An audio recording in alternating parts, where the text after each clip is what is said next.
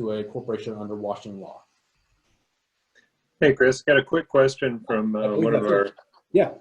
Oh, so Jim Gerner asked if I have a DBA, can I ignore my LLC name for the most part in advertisements?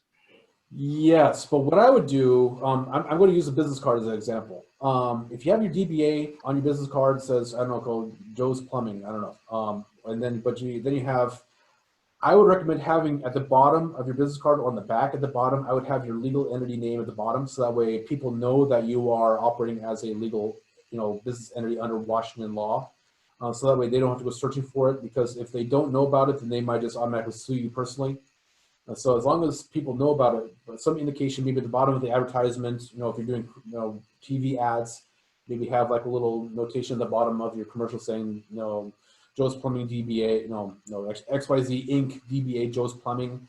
Have that at the bottom, so that way people know that there is this is out there. That's fine. You don't have to, but that's my recommendation.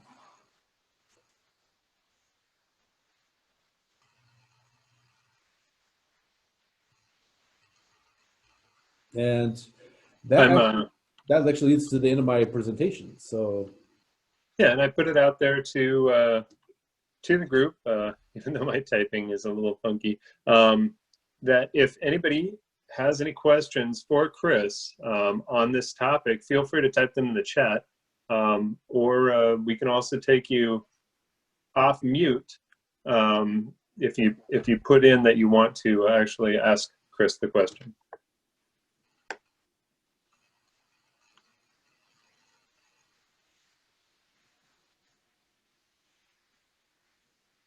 So we'll give people a second here to type in their questions.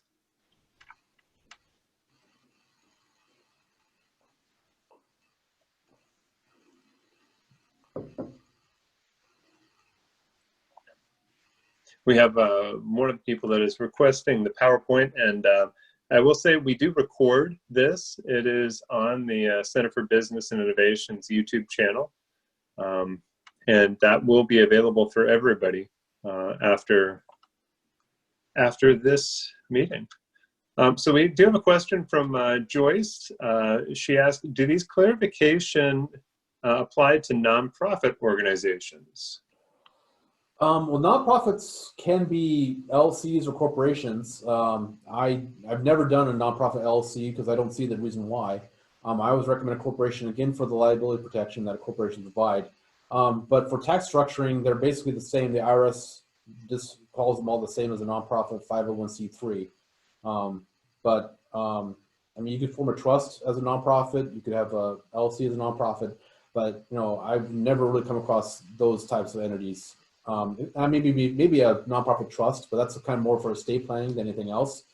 But for business, if I've formed plenty of nonprofits, and they have all been corporations. I'm actually in the process of moving one nonprofit from California to Washington, and I'm trying to figure out how to do that with no tax consequences, which is kind of interesting.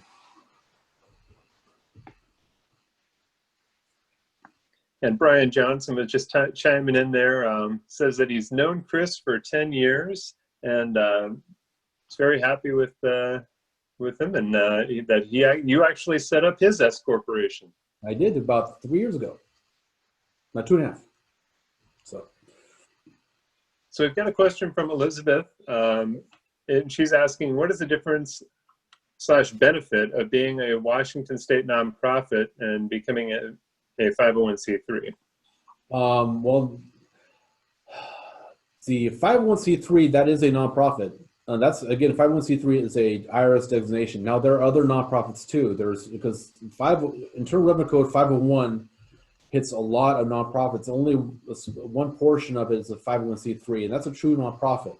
The other ones, like 501c4, there could be trade groups, which are not profits, but they're not truly charitable organizations. But and basically, it's more of a tax distinction versus a legal distinction.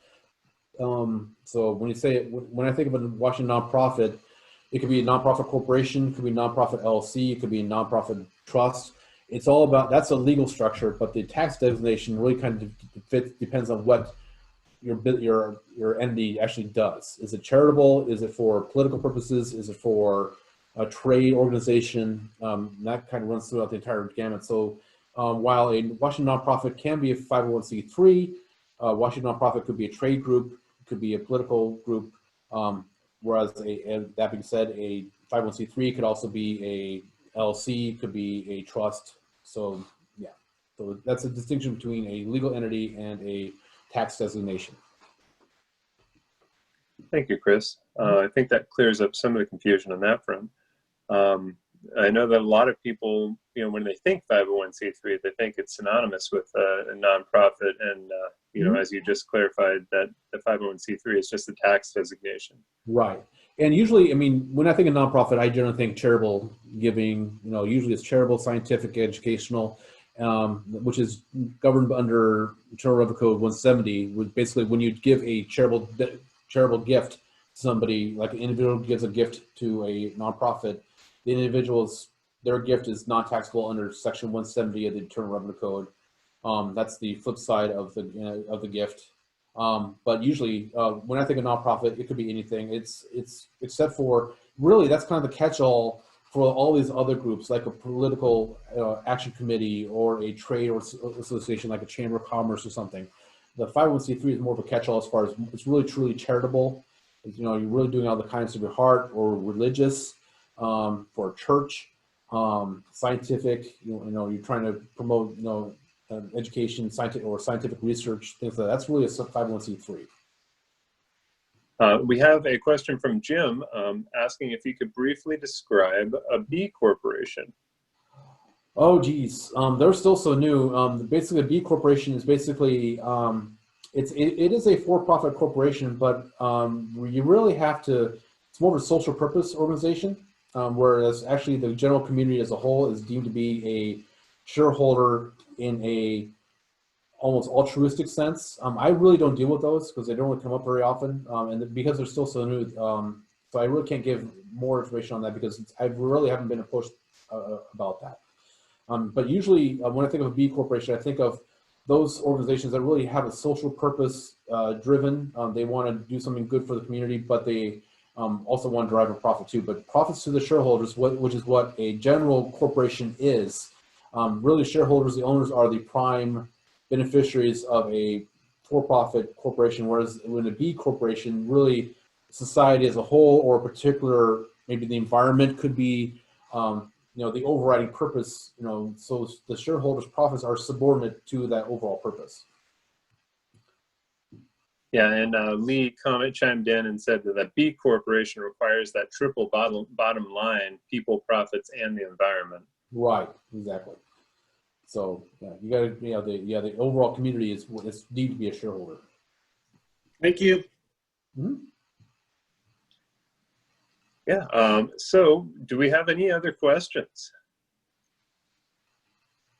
Is there anybody that'd like to chime in and talk to Chris here?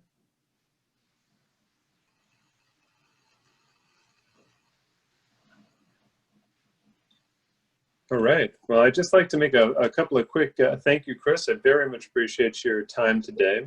Mm-hmm. I'd like to make a couple of quick, just a quick notes. A quick note about, Chris Brown is an exceptional attorney. He's been around I've known him for more than a decade. You'll ask around town and you'll hear the same thing that Brian and I have both said. If you have questions, please feel free to follow up with Chris. I know that he will be able to help you with that on a number of different fronts.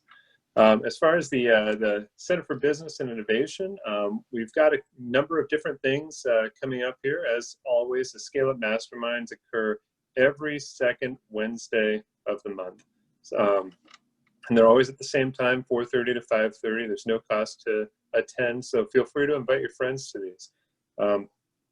Additionally, we're going to be hosting some L&I training here over the next month, over October. An interesting thing about business requirements, right? I bet you didn't know that every single business has to have an accident prevention plan according to L&I. So good training there to find out those ins and outs of L&I.